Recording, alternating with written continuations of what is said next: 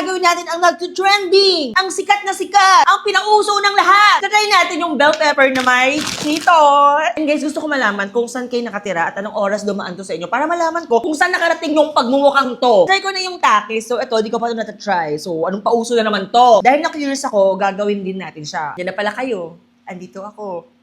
Diyan kayo. Dito ako. Andyan kayo. Punta ako doon.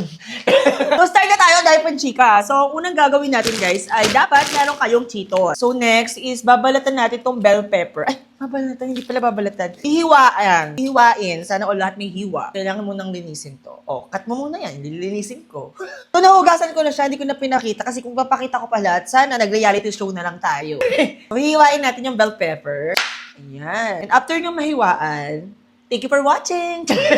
Hindi pa, charot lang. So, tatanggalin natin itong loob. Common sense na lang yan, ate. Tanggalin natin ganyan. Oh my gosh, ang cute-cute naman. Di bagay. Guys, tignan nyo yung bell pepper. Ito, tignan nyo. Kung saan kayo nakatingin, alam ko ugali nyo. Guys, huwag ito making kung saan-saan dyan. So, set aside natin tong buto, tapos tanim mo na lang kung may farm kayo. Kaya kung wala kayong farm, nahimik ka na lang. So next, lalagyan natin siya ng cream cheese. Cream cheese na gagamitin natin ay hindi po sponsored. Pero kung gusto ko sponsor ng Eden Cheese buko mo. Open natin. Oh my God! Siya guys. Look!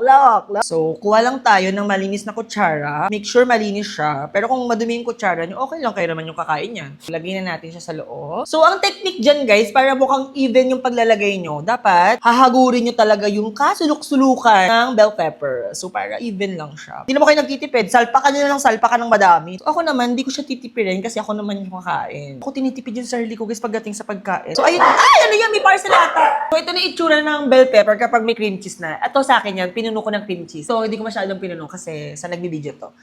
Selfish lang, bakit? Matik na yan, gets yun na. Ang next step ay, lalagay na tayo ng Cheetos. Lalagay mo lang siya ng ganyan. Pero pag nagkumakain ako ng Cheetos, guys, tinitipid ko siya. Kaya kong keep yung Cheetos ng 1 month na hindi siya nauubos. Pero nabuksan ko na. Zinizipla ko na lang. Kinakain ko lang siya kapag bet ko lang tikman. Nakakatakam ba siya?